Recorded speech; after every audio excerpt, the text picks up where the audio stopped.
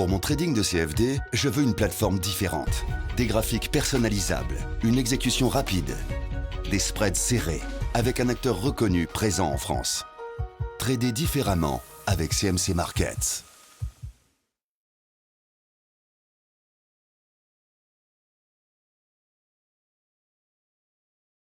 Bonsoir, voici l'analyse technique du CAC 40 pour le 7 août.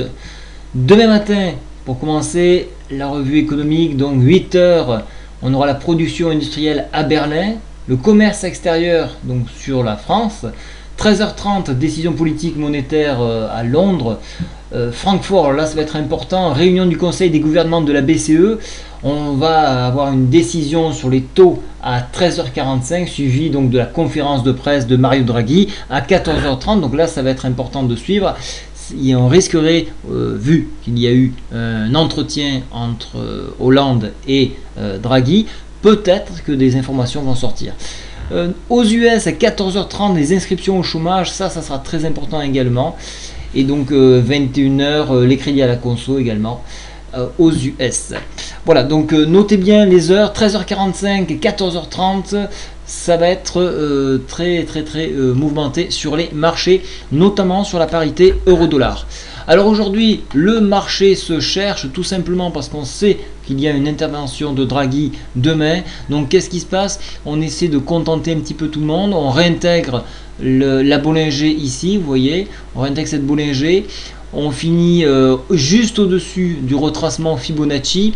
On est venu chercher le S1 sur un pivot. Alors les pivots, ils sont ici. Donc les pivots, vous les avez dans les études ici. Et vous cliquez donc sur les pivots ici. Vous faites configurer. Et voilà, ils apparaissent. Donc les pivots, regardez, on est venu chercher donc le support S1 ici. Nous avons rebondi, nous sommes venus tester en séance le pivot ici. Nous avons été dans l'impossibilité de le franchir. Du coup, balle au centre, on revient plutôt sur un retracement Fibonacci sur cette zone là pour éviter donc de donner plus un sens que l'autre. D'un point de vue des indicateurs, on est toujours sur une orientation baissière.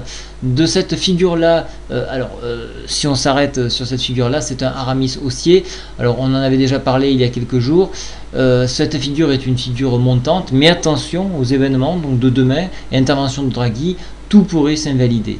Dans un mouvement de hausse aux cassures donc des 4212 points, on pourrait venir chercher donc la résistance 1 à 4238 et encore une fois chercher, pourquoi pas, cette oblique avec un espoir de la réintégrer à 4249.